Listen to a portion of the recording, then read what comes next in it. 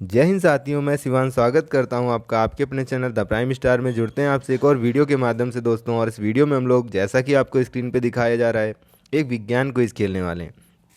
इस विज्ञान क्विज में आपको 15 प्रश्न मिलेंगे जिनका आपको आंसर देना है और सही आंसर आपको तुरंत बताए जाएंगे और फिर काउंट करके बताना है, कमेंट करना है आपको आपके 15 में से कितने मार्क्स सही हुए। और इस वीडियो 15 प्रश्नों के बाद में आपको मिलेगा एक बाहुबली प्रश्न, जिसका उत्तर देने पर आपको जो अगले वीडियो में आपका नाम स्क्रीन पर प्रदर्शित होगा। तो चलिए बिना टाइम वेस्ट किए हुए एक मज़ेदार सी क्विज़ खेलते हैं। इससे कुछ हम लोग सीखेंगे चीज़ें और एक प्रश्न का उत्तर देकर के आप अपना नाम स्क्रीन पर ला सकते हैं। तो चलिए स्टार्ट करते हैं। पहला प्रश्न है हमारा, विकिरण की दोहरी प्रकृति की अवधारणा किसने पेश की? लिनस पॉलिंग ने, मैक्स प्लॉन्क ने, हाइजेनबर्ग ने या डी ब्रॉगली ने? तो इसका सही आंसर है आपका डी ब्रॉगली। तो डी ब्रॉगली ने यह बताया कि जो सभी पदार्थ होते हैं वो कण और तरंग दोनों के रूप में चलते हैं। ऐसा उन्होंने कब बताया? 1924 में। 1924 में इन्होंने ये अवधारणा प्रस्तुत की और इसके लिए इन्हें 1929 में नोबेल पुरस्कार मिला। चलिए बात कर लेते हैं अन्य लोगों की। यहाँ पर है लिनस पॉलिंग। लिनस पॉलिंग क्यों प्रसिद्ध हैं? क्योंकि इन्हें 2 अलग अलग क्षेत्रों का नोबेल पुरस्कार मिला।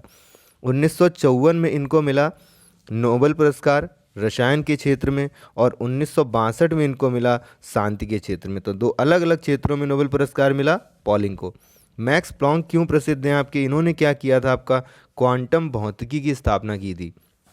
क्वांटम भौतिकी की स्थापना की और 1918 में इनको क्या मिला? नोबेल पुरस्कार मिला। फिर आते हैं हमारे हाइजेनबर्ग। तो हाइजेनबर्ग ने एक दिया था सिद्धांत जिसे हम लोग कहते हैं अनिश्चितता का सिद्धांत। तो अनिश्चितता का सिद्धांत क्या है? कभी कभी प्रश्नों में ये भी पूछा गया एग्जाम्स में। तो एक इलेक्ट्रॉन का एक समय में स्थान और संवेग दोनों का यथार्थ निर्धारण संभव नहीं है, ऐसा हाइजेनबर्ग ने बताया था, स्थान और संवेग का। तो ये अनिश्चितता का सिद्धांत दिया था और इसके लिए इन्हें 1932 में नोबेल पुरस्कार मिला था। तो ये प्रश्न आपका क्लियर हुआ होगा दोस्तों, इससे संबंधित पॉइंट्स भी। चलिए बढ़ते हैं नेक्स्ट प्रश्न की ओर। तत्व का गुण जो पूर्ण संख्या है, परमाणु त्रिज्या, परमाणु आयतन, परमाणु क्रमांक और परमाणु भार? तो इसका सही आंसर है आपका परमाणु क्रमांक। तो जो परमाणु क्रमांक होता है वो तत्व का क्या होता है? गुण जो पूर्ण संख्या होती है। चलिए बढ़ेंगे अगले प्रश्न की ओर दोस्तों। तीसरा प्रश्न है, एक परमाणु के मौलिक संघटक। परमाणु के मौलिक संघटक कौन कौन होते हैं? Protium, deuterium, tritium, proton, neutron और आयन, प्रोटॉन, न्यूट्रॉन और इलेक्ट्रॉन, प्रोटॉन, न्यूट्रॉन और आयन? तो इसका सही आंसर है आपका प्रोटॉन, न्यूट्रॉन और इलेक्ट्रॉन। जो परमाणु के मौलिक संघटक होते हैं प्रोटॉन, न्यूट्रॉन और इलेक्ट्रॉन होते हैं। फिर यहाँ पर हम लोग बात करें प्रोटियम, ड्यूटेरियम और ट्रिटियम, ये क्या है आपके? ये हाइड्रोजन के समस्थानिक हैं। हाइड्रोजन के समस्थानिक हैं आपके प्रोटियम, ड्यूटेरियम और ट्रिटियम। चलिए बढ़ेंगे अगले प्रश्न की ओर दोस्तों। अगला प्रश्न स्टार्ट करने से पहले एक बार हम लोग बात कर लेते हैं नाभिक की। नाभिक से संबंधित या परमाणु संबंधित 2 प्रश्न आए हमारे। तो परमाणु से संबंधित कुछ चीज़ें हम लोग क्लियर कर लेते हैं जो बहुत ही महत्वपूर्ण है हमारी परीक्षाओं के लिए। तो परमाणु का ये जो आपको गोल सा दिख रहा है क्या है? नाभिक है। तो परमाणु का नाभिक कैसा होता है? धनात्मक होता है। परमाणु का नाभिक धनात्मक होता है। फिर उसके चारों ओर चक्कर लगाते हैं कौन? इलेक्ट्रॉन। कक्षाओं में चक्कर लगाते हैं। परमाणु नाभिक में क्या 3 चीज़ें होती हैं आपकी परमाणु में? इलेक्ट्रॉन, प्रोटॉन और न्यूट्रॉन। जैसा कि आपको नीचे दिखाया गया, इलेक्ट्रॉन, प्रोटॉन और न्यूट्रॉन। इलेक्ट्रॉन होता है ऋणावेशित और ये लगाता है चक्कर कक्षाओं में। प्रोटॉन होता है पॉजिटिव और न्यूट्रॉन होता है कैसा? उदासीन। न्यूट्रॉन में कोई आवेश नहीं होता है।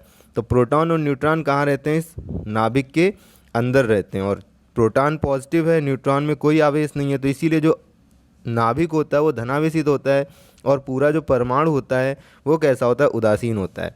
अब बात करें हम लोग इलेक्ट्रॉन, प्रोटॉन और न्यूट्रॉन के खोजकर्ताओं की और इनकी खोजें कब हुई। तो इसके लिए आपको एक लाइन याद रखनी, ईंटा पर नाचें। तो इलेक्ट्रॉन की खोज टॉ से टॉमसन ने की, पर प्रोटॉन की खोज रा से रदरफोर्ड ने की और नाचे न्यूट्रॉन की खोज चैडविक ने की। कब हुई भैया? इलेक्ट्रॉन की खोज 1897 में, प्रोटॉन की खोज 1909 में और न्यूट्रॉन की खोज 1932 में। तो सबसे बाद में जो खोज हुई है किसकी हुई है? न्यूट्रॉन की हुई है। क्यों हुई है? इससे संबंधित एक क्वेश्चन आपको भी मिलेगा। फिर यहीं पर आपका क्वेश्चन पूछा था, न्यूक्लियॉन किसे कहते हैं? तो प्रोटॉन और न्यूट्रॉन, प्रोटॉन और न्यूट्रॉनों की कुल संख्या को हम लोग क्या कहते हैं? न्यूक्लियॉन कहते हैं, जिसे हम लोग किससे डिनोट करते हैं? परमाणु भार से भी डिनोट करते हैं। तो प्रोटॉन और न्यूट्रॉनों की कुल संख्या न्यूक्लियॉन कहलाती है, जिसे परमाणु भार कहते हैं। फिर प्रोटॉनों की संख्या को हम लोग क्या कहते हैं? परमाणु क्रमांक कहते हैं। तो ये कुछ अच्छे प्रश्न हैं जो आपको अगली परीक्षाओं में मिल सकते हैं दोस्तों, तो इनको आप अच्छे से ध्यान रखेंगे। चलिए अब बढ़ेंगे अगले प्रश्न की ओर। एक आपने वर्ड पढ़ा न्यूट्रिनो, तो न्यूट्रिनो में आवेश और द्रव्यमान कितना कितना होता है आपको बताना है। 0 0 0 1 +1 और 1 -1 और 1। तो इसका सही आंसर क्या है दोस्तों आपका 0 0। तो न्यूट्रिनो में आवेश और द्रव्यमान कुछ भी नहीं होता है, ना आवेश होता है मतलब ये उदासीन होता है, और इसमें द्रव्यमान भी 0 होता है। अब न्यूट्रिनो के बारे में एक क्वेश्चन और बनता है आपका, इसकी खोज कब हुई और किसने की। तो याद रखेंगे इसकी खोज 1930 में हुई, और किसने की, पॉली ने की थी। तो पॉली वैज्ञानिक थे जिन्होंने न्यूट्रिनो की खोज की थी। चलिए बढ़ते हैं अगले प्रश्न की ओर दोस्तों। पांचवा प्रश्न है हमारा जो हमने अभी बताया था, न्यूट्रॉन की खोज बहुत देर से हुई, इसका क्या कारण है। इसमें आवेश नहीं होता, ये कंपन नहीं करता, ये एक मौलिक कण है, नाभिक में होता है।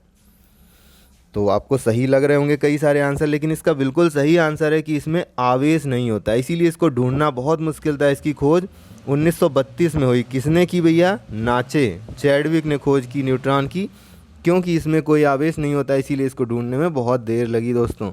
चलिए बढ़ेंगे अगले प्रश्न की ओर। आतपन से क्या समझते हैं। जो आतपन एक वर्ड है, आतपन से क्या समझते हैं, पृथ्वी से प्राप्त ताप, आगामी सौर विकिरण, आघुलनशील पदार्थ और घुलनशील पदार्थ।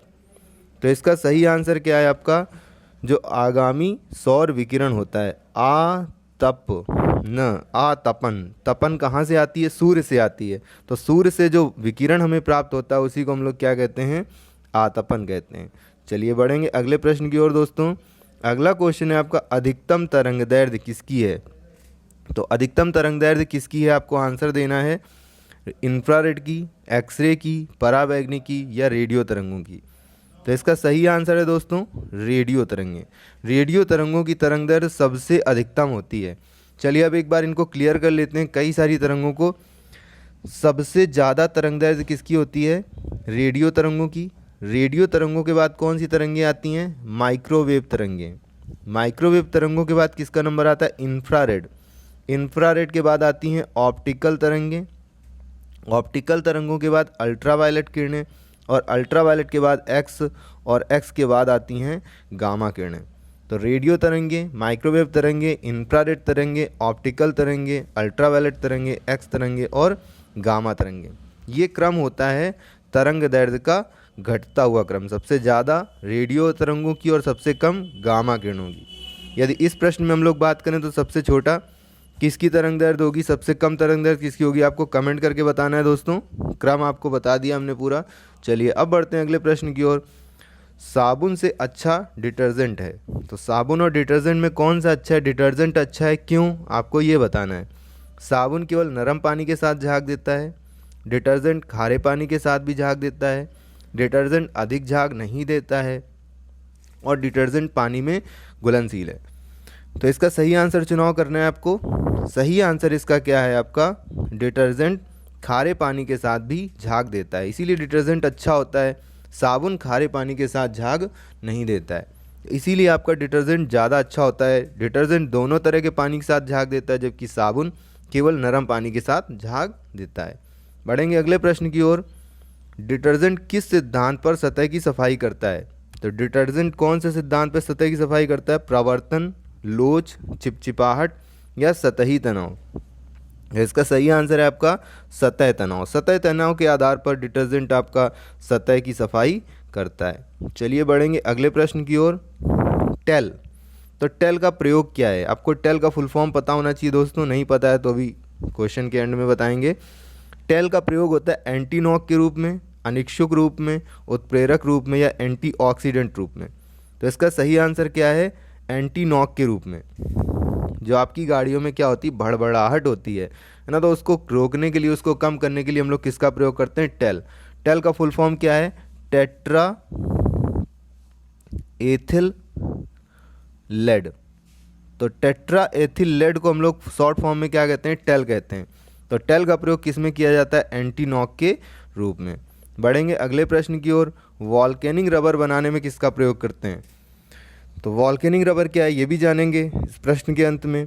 किसका प्रयोग करते हैं, ब्रोमीन, फॉस्फोरस, सिलिकॉन या सल्फर। तो इसका सही आंसर आपका क्या है, सल्फर। सल्फर का प्रयोग करते हैं हम लोग वॉल्केनिक रबर बनाने में। वॉल्केनिक रबर क्या होती है कि किसी भी रबड़ या किसी भी प्लास्टिक या किसी भी धातु को हम लोग अत्यधिक कठोर बनाने के लिए उसमें कुछ चीज़ें मिलाते हैं। उन चीज़ों को मिला करके हम लोग क्या बनाते हैं, जो कठोर जो मजबूत चीज़ें बनती हैं, अत्यधिक टिकाऊ बनती हैं, उसे हम लोग क्या कहते हैं, वॉल्केनिक रबर। तो उसके लिए सल्फ़र और कुछ अन्य यौगिक मिलाए जाते हैं। अब यहाँ पर हम लोग एक बार बात कर लेंगे, एग्ज़ाम में कभी कभी आपसे पूछ लिया जाएगा ब्रोमीन का प्रतीक क्या है, फास्फोरस का प्रतीक क्या है, सिलिकॉन का प्रतीक क्या है, सल्फ़र का प्रतीक क्या है। तो इनको जान लेंगे हम लोग। ब्रोमीन का प्रतीक क्या होता है, Br होता है। Br से शो करते हैं, capital B and small R. Phosphorus को किससे सी करते हैं, शो करते हैं हम लोग P से। सिलिकॉन को किससे सी प्रदर्शित करते हैं, Si से। और सल्फ़र को किससे शो करते हैं, S से। तो ये आपके इनके प्रतीक हो जाते हैं दोस्तों, इनको भी याद रखें क्योंकि हो सकता है किसी एग्जाम में आपसे पूछ लिया जाए। चलिए बढ़ेंगे अगले प्रश्न की ओर। हरे फल पकाने में किसका प्रयोग करते हैं। तो हरे फलों को पकाने में नेफ्थलीन, एथेन, एसिटिलीन या मीथेन। तो नेफ्थलीन, एथेन, एसिटिलीन या मीथेन किसका प्रयोग करते हैं, एसिटिलीन का प्रयोग करते हैं हरे फलों को पकाने के लिए। अब एक बार बात कर लेंगे हम लोग इनके बारे में कुछ थोड़ा सा। तो जो एसिटिलीन होती है इसको हम लोग क्या कहते हैं, एथीन भी कहते हैं। यदि हम लोग इसके फॉर्मूले की बात करें तो इसको किससे डिनोट करते हैं, C2H2 से। जो एथिलीन जिसको हम लोग एसिटिलीन या एथीन भी कहते हैं, एथीन या एसिटिलीन, C2H2 से शो करते हैं। अब बात करें हम लोग एथेन की, तो एथेन को हम लोग किससे शो करते हैं, C2H6 से। C2H6 प्रतीक होता है एथेन का। यहीं पे हम लोग बात करें मीथेन की, तो मीथेन को हम लोग किससे शो करते हैं, CH4 से। जबकि जो नेफ्थलीन होता है इसको हम लोग किससे शो करते हैं, C10H8 से। तो इनके आप लोगों को फॉर्मूले भी याद रखने दोस्तों। नेफ्थलीन को C10H8 से, एथेन को C2H6 से, एसिटिलीन को C2H2 से और मीथेन को CH4 से प्रदर्शित करते हैं। चलिए बढ़ेंगे अगले प्रश्न की ओर दोस्तों। खाद्य संरक्षक के रूप में किसका प्रयोग करते हैं, टार्टरिक अम्ल का, लैक्टिक अम्ल का, बेंजोइक अम्ल का और एसिटिक अम्ल का। तो सही आंसर का चुनाव करना है दोस्तों आपको। का सही आंसर है कि क्या आपका बेंजोइक अम्ल। तो बेंजोइक अम्ल का प्रयोग करते हैं खाद्य संरक्षक के रूप में। तो बेंजोइक अम्ल को हम लोग क्या कहते हैं, सोडियम नमक भी कहते हैं। सोडियम नमक इसका फॉर्मूला क्या होता है, C6H5 और COOH। तो ये फॉर्मूला है आपका बेंजोइक अम्ल जिसे हम लोग सोडियम नमक भी कहते हैं, C6H5 COOH। अब बात करें अगर हम लोग एसिटिक अम्ल, तो एसिटिक अम्ल को क्या कहा जाता है, शौक्त अम्ल भी कहा जाता है। तो इसका एक अन्य नाम भी है, क्या नाम है आपका, शौक्त अम्ल। आधा का है शौक्त अम्ल। इसका फॉर्मूला क्या होता है आपका, CH3COOH। इसको एथेनोइक अम्ल भी कहते हैं। तो एथेनोइक अम्ल, शौक्त अम्ल या एसिटिक अम्ल एक ही नाम है। इसका फॉर्मूला क्या है, CH3COOH। बढ़ेंगे दोस्तों अगले प्रश्न की ओर। सेकेंड लास्ट क्वेश्चन होगा, मोटर कार से निसृत प्रदूषक जो मानसिक रोग का कारण बनता है कौन है वो, Hg, Pb, NO2, SO2। तो एक प्रतीक दिए हुए हैं आपको, इनसे आपको चुनाव करना है कि ऐसा कौन सा प्रदूषक है जो मानसिक रोग का कारण बनता है। तो इसका सही आंसर क्या है दोस्तों आपका, इसका सही आंसर है आपका Pb। Pb को हम लोग क्या कहते हैं, लेड कहते हैं, लेड या सीसा। जबकि Hg क्या होता है, ये आपका मरकरी या पारा होता है। तो Hg है, ऐसे ही आपका एक प्रतीक होता है Ag और एक प्रतीक होता है Au। बताएं भैया ये किसका प्रतीक होता है, तो जो Ag होता है ये चांदी का होता है और Au जो होता है ये गोल्ड मतलब सोने का होता है। तो इसका सही आंसर था आपका लेड, जो प्रदूषक, ऐसा प्रदूषक जो मानसिक रोग का कारण बनता है। चलिए लास्ट क्वेश्चन है आपका, पानी में कठोरता का कारण। तो पानी में कठोरता का क्या कारण होता है, Na और K, Na और Ca, Na और Mg और Ca और Mg। तो यदि रसायन विज्ञान पढ़ रहे हैं तो आपको प्रतीक अच्छे से आने चाहिए, वरना आपके क्वेश्चन गलत हो सकते हैं, आप प्रश्न नहीं कर पाएंगे। तो इसका सही आंसर क्या है आपका, कैल्शियम और मैग्नीशियम। कैल्शियम और मैग्नीशियम जो होते हैं ये पानी में कठोरता का कारण बनते हैं। अब पानी की कठोरता कितने प्रकार की होती है दोस्तों, दो प्रकार की होती है, कि स्थायी कठोरता और एक अस्थायी कठोरता। बात कर लें Ca और Mg क्या, कैल्शियम और मैग्नीशियम। तो कैल्शियम और मैग्नीशियम होते हैं कठोरता के कारण, स्थायी और अस्थायी कठोरता। जो अस्थायी कठोरता होती है वो किसके कारण होती है, बाइकार्बोनेट के कारण। जो अस्थायी कठोरता है वो होगी आपकी बाइकार्बोनेट के कारण। जबकि जो स्थायी कठोरता है ये होती है क्लोराइड और सल्फेट के कारण। तो क्लोराइड और सल्फेट के कारण होती हैं आपकी स्थायी कठोरता।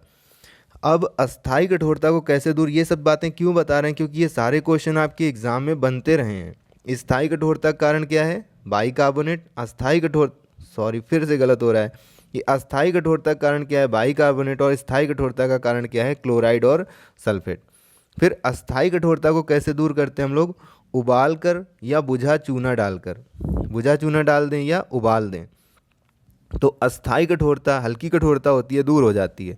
लेकिन यदि स्थायी कठोरता है, किसके कारण, क्लोराइड और सल्फेट के कारण, वो कैसे दूर होगी, इसमें वॉशिंग सोडा मतलब NaCO3 मिलाओ, या फिर परम्यूटेड विधि होती है, एक विधि होती है परम्यूटेड विधि, इससे आप स्थायी कठोरता को दूर कर सकते हैं। कभी हम लोग एक टॉपिक पढ़ेंगे पूरा कठोरता का, तो उसमें और अच्छे से इन चीज़ों को डिफाइन करेंगे। अब आपके लिए आने वाला है स्क्रीन पे भैया आज का बाहुबली प्रश्न।